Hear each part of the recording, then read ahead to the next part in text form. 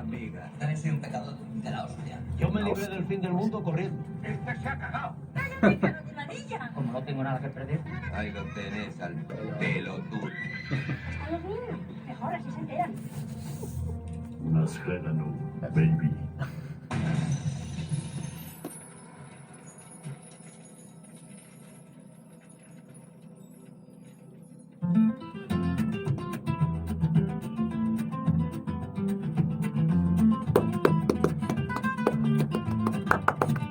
¡Oh!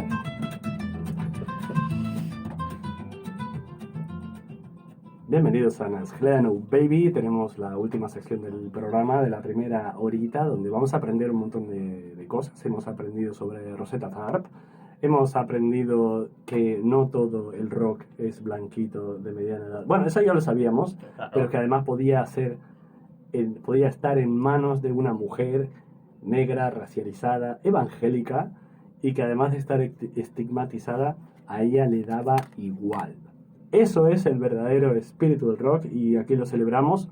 Pero ahora vamos a hablar un poco de ciencia.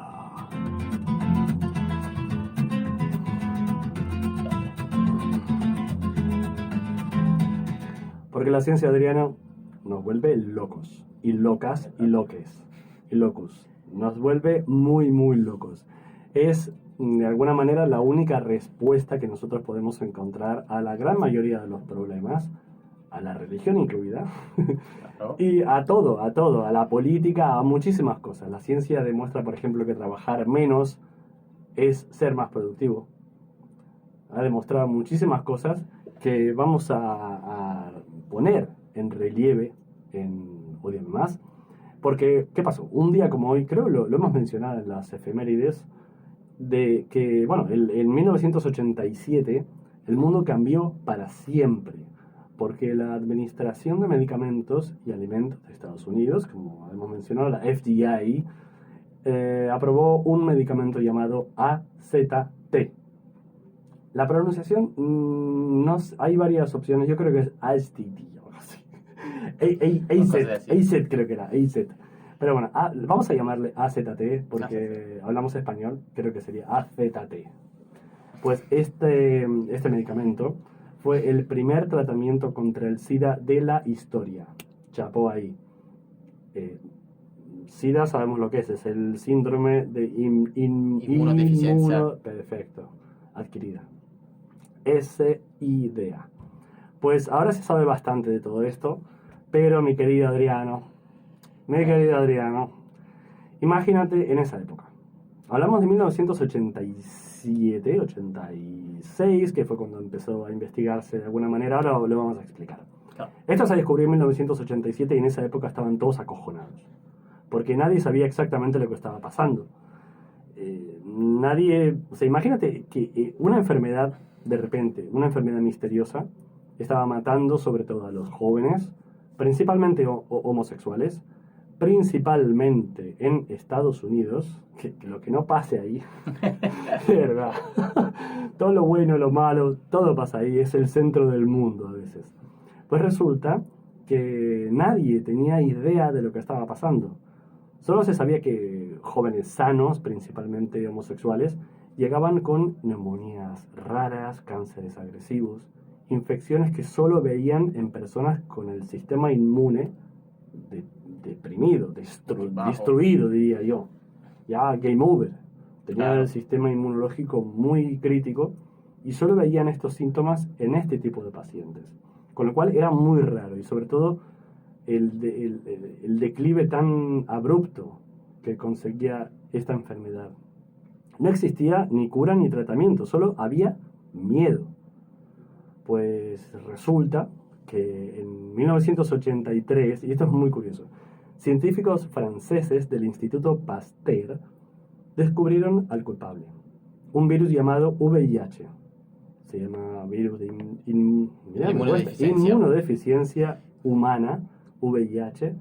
Y bueno, en 1984 el científico estadounidense Robert Gallo, o Gallo,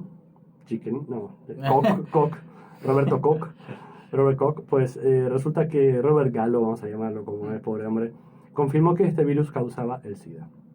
Pues para marzo de 1987 había más de 36.000 casos reportados solo en Estados Unidos. ¿Ok? Imagínate. Y más de 17.000 personas habían fallecido, reportadas por este tipo Oficiales, de enfermedad. claro. Oficiales, exacto. Oficiales. A saber cuál sería la cifra real, que siempre es superior. ¿De dónde había salido esta AZT? ¿De dónde había salido? Pues no tiene nada que ver con el SIDA. Y eso es muy curioso. La AZT, que es el nombre científico, es acidotimidina, que mira que fastidia el nombre. Acidotimidina. Te he contado que tengo dislexia, ¿verdad? Ah, no lo sabía esto. No, bueno, yo lo disimulo muy bien. Pues me pasa todo el tiempo. Tengo que hiperconcentrarme para decirlo bien. Bueno, pues la acidotimidina ha sido creada en 1964, cuando llegaron los Beatles, para situarnos, ¿no? Pues por un científico llamado Jerome Horowitz. Sorry, Jerome. Jerome Horowitz, como se pronuncie, con los fondos de un instituto que se llamaba Instituto Nacional del Cáncer de Estados Unidos. O sea, este medicamento estaba orientado hacia la erradicación, por lo menos la paliación de los síntomas del cáncer. Con lo cual, en esta época, algunos investigadores creían que ciertos cánceres eran causados por un virus. Bien, Horowitz sintetizó este medicamento AZT pensando en detener esos virus, ya que se creía que provocaban el cáncer. Lo probaron en ratones para ver qué resultados daban contra el cáncer, pero no funcionó. Entonces abandonaron el proyecto. Se quedó en un estante durante 20 años. Y hasta que, ¿qué pasó? Pues llegó la farmacéutica Marty St. Clair, que ya tenía experiencia en medicamentos antivirales, y decide revisar todos los compuestos abandonados. Todo este tipo de estudios que estaban abandonados, decide revisar todo. Hay que buscar, hasta debajo de la cama y dentro de la nevera, todo lo que estaba por lo menos a medio trabajar, ¿no?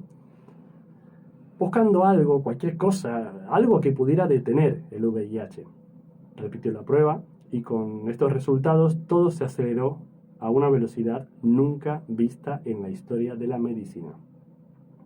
Bueno, en febrero de 1985, científicos del Instituto Nacional del Cáncer, hemos dicho, de Estados Unidos, resulta que los científicos Samuel Brother y Hiroaki Mitsuya, y había otro que era Robert Yarchoan, pues estos tres científicos super tochos, resulta que confirmaron que la AZT funcionaba en laboratorio e inmediatamente empezaron ensayos en humanos en el centro clínico de los Institutos Nacionales de Salud. Bien, ¿qué pasó? En julio de 1986 comenzó un ensayo clínico enorme, porque 282 pacientes que tenían este virus, pero aún no desarrollaban la enfermedad como tal, la enfermedad completa, pues se les aplicó este experimento.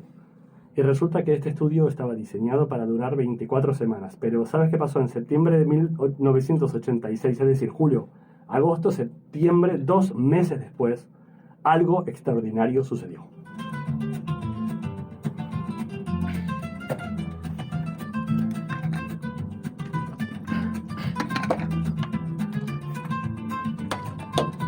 ¿Y sabes qué pasó, Adriano? Algo fantástico, porque un comité independiente revisó todo, de pe a pa, revisó los datos preliminares, ordenó, después de revisar todo esto, ordenó detener el estudio. Chicos, fue la rotativa. ¡Paren la rotativa!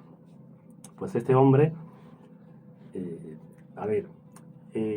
los primeros números eran dramáticos, ¿sí? Hemos dicho lo que estaba pasando.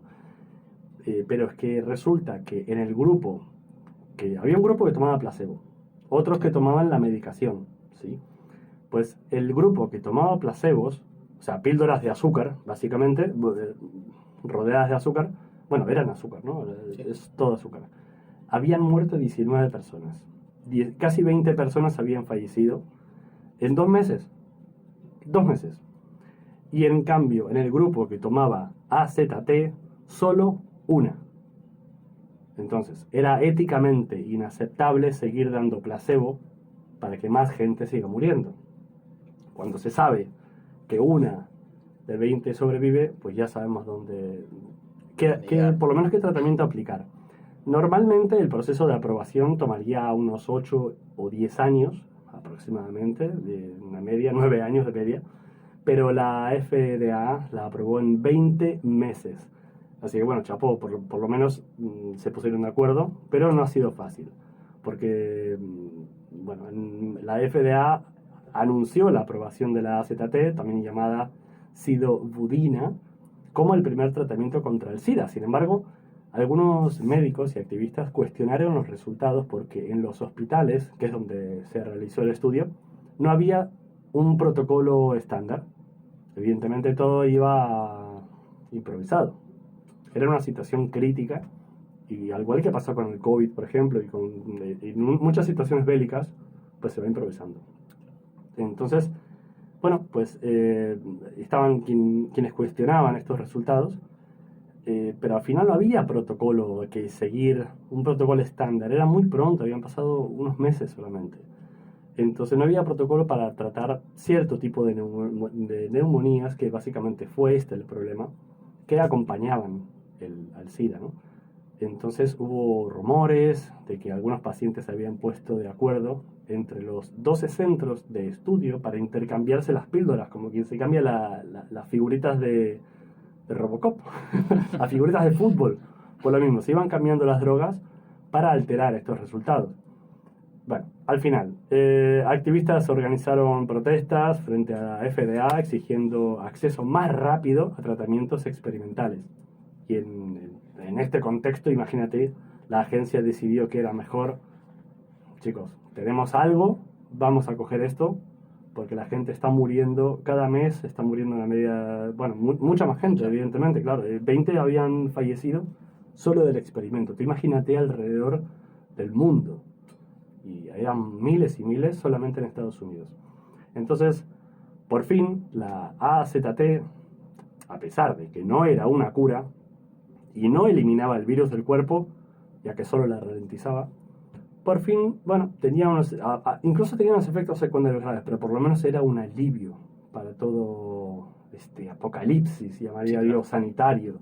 Era una locura, era como lo del COVID, ¿no? Igual que la gente moría y no entendías por qué. Y vamos a ver, los efectos secundarios eran graves, entonces ese fue un enorme problema. Tenían anemia, problemas hepáticos, daño muscular, náuseas, pero náuseas gordas. Estaban muy enfermos. Y aparte había una cuestión más que es importante para el mundo en el que vivimos, que era muy cara. Pero cara carísima, cara, pero muy cara. Un jugador de fútbol costaba. Resulta que el medicamento más costoso de la historia, hasta el momento, era el más costoso hasta entonces. Era tan caro que el Congreso estadounidense puso $30 millones en fondos extra de emergencia, o sea, de la hucha, para continuar estos recursos. Y a pesar de todas las limitaciones, la aprobación de la AZT demostró que el SIDA se podía tratar. Ya antes de 1987, un diagnóstico de SIDA era una sentencia de muerte, antes de la aprobación de la medicación. Además, la AZT abrió la puerta a toda una clase de medicamentos, y esto es muy interesante, porque la AZT pertenece a un grupo de medicamentos que permitió tomar el éxito de la AZT. O sea, este pertenece a un grupo que lo que ha hecho es ser una referencia en los años siguientes para combinarse con otros medicamentos similares que al final en conjunto funcionen mucho mejor que solamente con la AZT. Entonces, amigos, podríamos decir que la AZT, a pesar de que no es una erradicación de la enfermedad, no es una cura, pues transformó la relación entre pacientes, activistas y la FDA, pero cambió el mundo en general, cambió la visión del tratamiento sanitario en este sentido, porque la presión de los grupos activistas del SIDA obligó a la FDA a crear nuevas regulaciones de aprobación acelerada para medicamentos de enfermedades graves. Esto cambió para siempre el síndrome de inmunodeficiencia adquirida. Lo he podido decir, vamos, vamos. Ya acabando el programa lo he podido decir. Y cambió además cómo se desarrolló la farmacéutica a partir de entonces. Le han dado más importancia al final. Y ya no nos queda mucho tiempo, como colofón podríamos decir que es algo muy, muy importante y muy sensible, nos toca la patata en el fondo. No la patata que tú piensas, sino el cubo ahí. Porque Piriquino. en 1990 se aprobó para bebés y niños. En 1990. En 1994 se demostró que podía prevenir la transmisión del VIH de madre a hijo durante el embarazo, salvando un montón de bebés, imagínate, miles.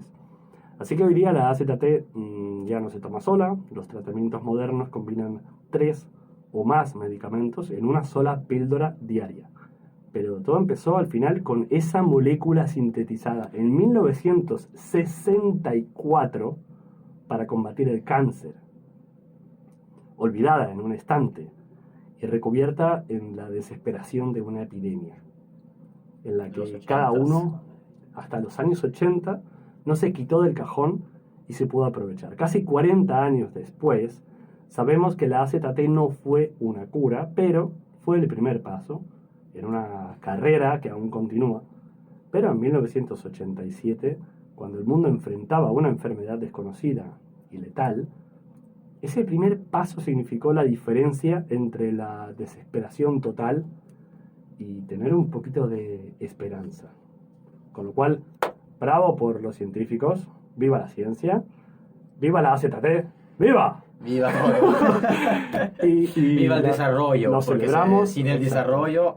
Desde no se aquí me obtiene nada. gustaría romper una lanza a favor de precisamente la investigación científica, porque se menosprecia muy a menudo, se le da dinero a los bancos, se le da dinero a todos los recursos que puedan generar más recursos, sobre todo económicos, y no se considera el desarrollo científico, los estudios de laboratorio, que son tan importantes para no solamente vivir y sobrevivir, sino mantenernos con un buen nivel de vida, con una buena calidad de vida. Lo que importa no es vivir hasta los 100 años, sino vivir bien. Y en Ya salud. después se podrá ver la longitud. Pero bueno, lo que yo quería poner sobre la palestra es justamente esto. Y estoy muy contento de poder hablar de esto porque nadie habla de eso. Hace mucho tiempo que no se habla del SIDA. Y es importante. Todavía hay muchos enfermos de SIDA. Hay Sí, mucha no, es investigación, verdad esto. porque es que no se ha curado. Esto no, igual que el cáncer, no hay una cura definitiva. Y quería aprovechar el Nazareno Baby para hablar sobre esto. Entonces, pues, no sé, Adriana, las últimas palabras. Podemos ya casi despedirnos, que nos quedan un par de minutos. ¿Qué te ha parecido? Primera cosa, muchas gracias por el invito, porque me encanta mucho escucharte como tú presentas. Primera cosa, honesto. Y toca siempre estos, puedo decir topics, porque claro, yo Sí, no soy hablante asuntos, español, temas, así ujú. que lo siento que algunas veces uso palabras ingleses, pero no, es muy importante que tratas de temas actuales, claro, también de temas Y no históricos. tanto, pero que Y son relevantes. yo también, creo, ¿no? por ejemplo, con la transmisión de hoy yo aprendí mucho, te lo juro. También especialmente con Muy interesante. La rockera. La rockera. La primera la rockera rockera de la de historia. los 40-50. ¡Bravo, Rosetta! Aprendí mucho para un tema que no soy experto, pero claro, te puede abrir otra visión. Así que es importante para una radio, especialmente dirigida de una persona joven, tratar de estos temas importantes que claro caracterizan cada aspecto de la vida de todos los días, para decir en esta cosa. Es decir, Y no tenemos más que dar mucho ánimo a las personas que puedan sufrir este tipo de enfermedad, este tipo de síndrome, ya que, bueno, no todos los que tengan ese síndrome tienen la enfermedad. claro. Con lo cual, otro día podríamos hablar sobre la enfermedad porque da para otro programa entero. Es una enfermedad de las más complicadas junto con el cáncer.